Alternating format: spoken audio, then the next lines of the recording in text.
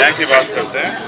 अब उनकी तरफ से जो है परिवार के, वो क्या परिवार से मिलेंगे, इनका दुख बांटेंगे, वो तो सबकी बात कर रहे थे। या वो अपराधियों पे अब उनका बुलडोजर चलेगा नहीं चलेगा, ये भी अगर ये यही अपराधी, मैं कहना नहीं चाहता लेकिन ये सत्य है, अगर हम इसको घटना को पूरी बदल दें, बेटी किसी और संप्रदाय से और बेटा किसी और संप्रदाय से, तो आज क्या हो रहा था मेरठ में आपको नहीं पता।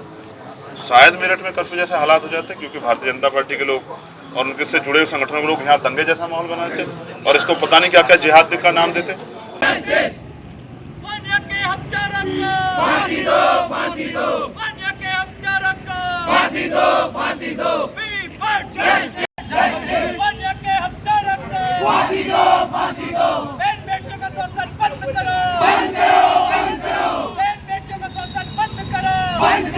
उन्नीस अक्टूबर को सुभारती विश्वविद्यालय में बीडीएस की छात्रा ने लाइब्रेरी की छत से कूदकर अपनी जान दे दी थी। वानिया शेख के पिता ने बेटी के साथ पढ़ रहे सिद्धांत कुमार पवार के खिलाफ मुकदमा दर्ज कराया है। आरोप है कि सिद्धांत पवार ने छात्रा से छेड़छाड़ की और विरोध करने पर आरोपी ने थप्पड़ मार दिया। इससे आहत होकर छात्रा ने जान दे दी। हालांकि पुलिस ने आरोपी को शुक्रवार कोर्ट में पेश कर जेल भेज दिया था, लेकिन परिवार के लोग अभी भी इस कार्रवाई से संतुष्ट नजर नहीं आ रहे हैं। मैं पूर्ण रूप से यूनिवर्सिटी को दोषी मानता हूँ सर। मेरी बेटी चली गई, मैं नहीं चाहता किसी और की बेटी भी जाए। और बड़ी स्टूडियस छात्रा थी, थ्रू आउट टॉपर थी मेरी बच्ची, एक पर्सनैलिटी थी वो, और इस मुल्क का भविष्य थी आने वाला। उसे मार दिया। मैं ही मानता हूँ जितने दोषी लड़का है वो उतने ही दोषी यूनिवर्सिटी भी है मेरी बेटी को मारने में। क्या आपने एफआईआर में भी यूनिवर्सिटी का जिक्र किया है? अभी मैंने नहीं करा यूनिवर्सिटी का, क्योंकि अगर मैं यूनिवर्सिटी का उस वक्त जिक्र कर देता तो शायद मेरी बेटी वेंटिलेटर भी नहीं लगाती। वो पहले दिन ही डिक्लेयर कर देते मर गई। क्या क्या शिकायतें आपको? सारी शिकायतें हैं साहब कि छत क्यों खुली हुई थी भाई। मेरी बेटी भागती चली गई, 1 किलोमीटर का रन किया मेरी बेटी ने, मान के चलिए आप। यानी कि टेरिस का मतलब 5 मंजिल इमारत पे वो चढ़ गई और ग्राउंड पे वो 5 मंजिल इमारत भागने के लिए पूरी लाइब्रेरी उसने क्रॉस करके, उनके जो टोल होते हैं स्कैनिंग लॉक, उसका टोकन लेने के बाद वो वहाँ तक पहुँची और वहाँ से वो कूदी। ऐसा उसके साथ क्या हुआ था? वो सीडी कहाँ है जिसमें डीआर पे उसकी पिटाई की रिकॉर्डिंग है? वो आज तक मुझे क्यों नहीं दी गई? फर्स्ट डे देनी चाहिए थी मुझे। उस पर रासुका क्यों नहीं लगाई गई लड़के पे? क्या मांग है? मेरी ये मांग है निष्पक्ष में जांच हो, मेरी बेटी को साना ना जाए इसके अंदर। निष्पक्ष जांच करें आप, जांच करके उसे सजा दें, सख्त से सजा दें, फास्ट ट्रैक कोर्ट में इसका मुकदमा चलेगा। वानिया शेख की मौत के बाद से वानिया के घर पर विपक्षी पार्टियों के लीडरों का आना जाना लगा हुआ है। मेरठ में आज चंद्रशेखर आजाद वानिया शेख के घर पहुंचे। उन्होंने कहा जितना आरोपी उसकी मौत का जिम्मेदार है, उतना ही विश्वविद्यालय प्रशासन भी जिम्मेदार है। सुभारती विश्वविद्यालय पर गंभीर आरोप लगाते हुए सूबे में चल रही योगी सरकार से सवाल किया, क्या यहाँ भी बुलडोजर चलेगा? 8-10 सालों से सक्रिय रूप से ये देखता हूँ पूरे देश में छात्र, यानी कि वो एक सपना लेके जो एक हमारे बीच का युवा, जिसको छात्र को भीड़ कहते हैं देश की, और वो एक उड़ान भरने के लिए कॉलेज यूनिवर्सिटी जाता, मरने के लिए नहीं जाता। आत्महत्या यानी कि एक ऐसा समय आ जाता है कि जब वो नाउम्मीद हो जाता है कि अब मेरी कोई मदद नहीं। और जैसा मैंने इनके पिता से जाना, इनके दादा से जाना, उनकी तकलीफ अपनी जगह है। हम सब लोग उनके दुख में साथ हैं।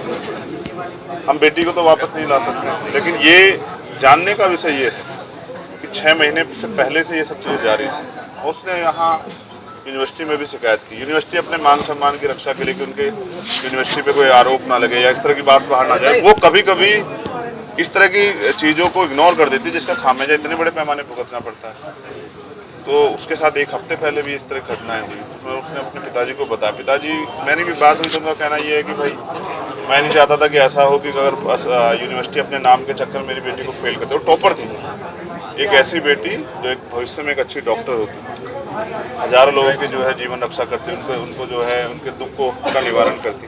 वो तो हमने खुद ही, लेकिन इसमें कई चीज़ें लापरवाही की, जैसे यूनिवर्सिटी की लापरवाही, उनकी जानकारी में सब चीज़ें होते हैं, उनको एप्लीकेशन देने के बाद कार्रवाई नहीं की। तो इसमें सब लोग शामिल हैं। मैं ये कहूँ कि सिर्फ वो आरोपी जिसकी वजह से हुई, परिवार की मांग और परिवार के लिए सब लोग, इस हर बहन बेटी जो है वो सुरक्षित रहे, उसके लिए हमें आवाज़ उठानी चाहिए कि इस पूरी घटना की न्यायिक जांच। अच्छा, इस घटना से पहले भी एक घटना हुई थी, जैसे बता रहे हैं कि बच्ची के साथ पहले भी उन्होंने को बदतमीजी वगैरह कर दी, उसकी कोई इन्होंने कंप्लेंट करी थी उसमें? हाँ, उसने बच्ची गई थी, डायरेक्ट बच्ची गई थी वहाँ, उसने कंप्लेन की थी। मैंने कहा कि माँ बाप ये सोचते हैं कि ऐसा ना हमारी किसी बात की वजह से स्कूल प्रशासन को बच्चों के खिलाफ हो जाए, और होता है अक्सर, बड़े पैमाने पे होता है। तो हमने रोहित वेमुला की भी आत्महत्या देखी, तो ये आत्महत्या नहीं, मैं तो इसको हत्या मानता हूँ। ये हत्या इसलिए है क्योंकि अगर इन पे एडमिनिस्ट्रेशन ने पहले कार्रवाई की होती तो आज वो बेटे हमारे बीच जिंदा होते। तो इस पूरी घटना की न्यायिक जांच हो। और इन्होंने तो फीस भी दी, सब कुछ, इनका तो सपना कुचला गया। इनके दादा नाउम्मीद और इनके हाथों में तो कुछ नहीं आया। तो मैं तो चाहता हूँ इस प्रकार की सरकार के की तरफ से कम 50 लाख रुपए की आर्थिक मदद हो कि ये लोग अपने पैरों पर खड़े हो पाए। बेटा और बेटी फर्क नहीं सरकार बता रही है, तो इनकी तो उम्मीदें खत्म हो गई। जिसको पाल पोस के बड़ा किया आज वो इनके बीच नहीं है। दूसरा, उस घटना में ये जो पूरी घटना है, इसको देख के लगता है कि ऐसे मामलों में सख्त कार्रवाई की जरूरत है, जिससे कि और बच्चों का जीवन सेफ रहते। क्योंकि अगर अन्याय को हम लोग बढ़ावा देते हैं, अपराध को, तो ये आज यहाँ हुआ है, कल किसी और यूनिवर्सिटी में होगा, तो ये मुकदमा फास्ट ट्रैक कोर्ट में चले और उसको कठोर से कठोर सजा। इसके साथ साथ हर यूनिवर्सिटी और कॉलेज में, मेरठ में नहीं पूरे उत्तर प्रदेश में, जहाँ की रोज हत्या और रेप हो रहे हैं, लखनऊ सुरक्षित नहीं रहा है, गाजियाबाद में जो हुआ, हापुड़ में जो हुआ, मेरठ में अभी कुछ दिन पहले हुआ था, हम सब देख रहे हैं। तो मैं समझता हूँ कि महिला सुरक्षा पे सरकार को ठोस कदम उठाने चाहिए, और यूनिवर्सिटी और उसमें कैंपस जो भी, वहाँ तो एक महिला हेल्प डेस्क जो है स्टार्ट करनी चाहिए। वहाँ सुरक्षा हो कि बहन बेटियों को विश्वविद्यालय को भी इसमें पार्टी बनाना चाहिए। मेरे हिसाब से तो बनाना चाहिए, क्योंकि अगर वो सतर्क नहीं रहेंगे तो इस तरह से, अगर वो किसी के इन्फ्लुएंस में काम कर, जैसा उनके दादा ने मुझे बताया कि 4 घंटे रहने के बावजूद देखने नहीं दिया गया, बाउंसर लगा के उस बच्ची के शव को जो है छिपाया गया, तो इससे अच्छा अगर वो उसकी पहले रक्षा कर लेते। अच्छा, मैं ये भी एक सवाल खड़ा होता है, क्या कोई ऊंची छत पे 4 मंजिल पे जाके आत्महत्या कर ले, इसलिए क्या गेट खुले छोड़ रखे हैं? तो एडमिनिस्ट्रेशन क्या कर रहा है? वहाँ के बाथरूम्स में जैसा बताया कुंडी नहीं है, मैं नहीं गया, लेकिन अगर पिता बता रहे हैं तो ये तकलीफ दे। हम बहन बेटियों को देवी की तरह पूछते हैं, उनका सम्मान करते हैं, और अगर वो बहन बेटी अपने आप को यूनिवर्सिटी और कैंपस में सुरक्षित महसूस नहीं करी तो यूनिवर्सिटी के लिए भी एक प्रश्न चिन्ह। कोई भेजेगा अपनी बेटी को पढ़ने के लिए? और इससे कितनी नौजवान बेटियों का, बहनों का हौसला टूटा है। जब उनके माँ बाप इस घटना को देखेंगे तो क्या वो अपनी बच्ची को पढ़ने के लिए भेजेंगे? अगर कैंपस में सुरक्षा का माहौल नहीं है तो क्या बच्चों को ताले बंद करके घर में रख दें? क्या उनके उड़ान बंद कर दें? क्या उनके अधिकारों का हनन करें? और ये संविधान की भी हत्या होगी। तो मैं समझता हूँ ऐसे मामले ठोस कार्रवाई हो। हमारी पार्टी, हमारा संगठन सब परिवार के साथ खड़े हैं। हम लोग यहाँ ज्ञापन भी देंगे और यहाँ के डीएम और एसएसपी से मांग करेंगे कि वो इसमें सख्त कार्रवाई करें और हमारी मांगें पूरी करें। और अगर ऐसा नहीं होता तो इसके बाद जो है एक धरना 31 में प्रस्तावित है,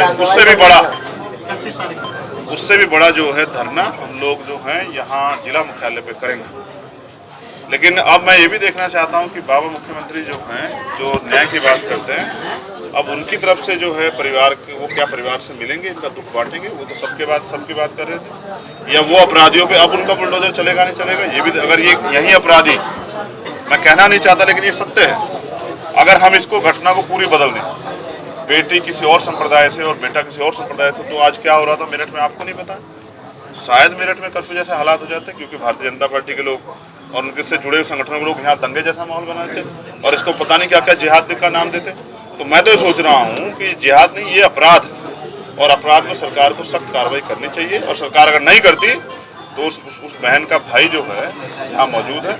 मैं अभी और 2 घटनाएं मैंने देखी जहाँ दलितों के साथ भी अन्याय हुआ, वो मुझे टोल पे मिले, रो रहे हैं, यहाँ की पुलिस कार्रवाई नहीं कर रही है। तो मैं यहाँ के एसएसपी से पूछूंगा कि वो कुर्सी पे क्यों बैठे हैं। 2 बड़े मामलों में, एक जो है उसका नगला का एक मामला है, एक खेड़की का मामला, कोई कार्रवाई नहीं हुई, हत्या हुई है। तो यहाँ की पुलिस अगर सत्ता के इशारे पे जो है ना कमजोर वर्गों की जानों का हनन करेगी, उनकी जाने पे भी कार्रवाई नहीं करेगी, तो फिर ये विद्रोह पैदा होगा। विद्रोह होगा तो आंदोलन होगा, और आंदोलन सरकार झेल नहीं पाएगी। तो मैं इसलिए यहाँ के प्रशासन से मांग करूंगा कि वो संविधान की वजह से कुर्सी बैठे हैं, तो वो न्यायप्रिय कार्रवाई करें और जाति धर्म के चश्मे से लोगों को ना देखें, ना ही सरकार के चश्मे से।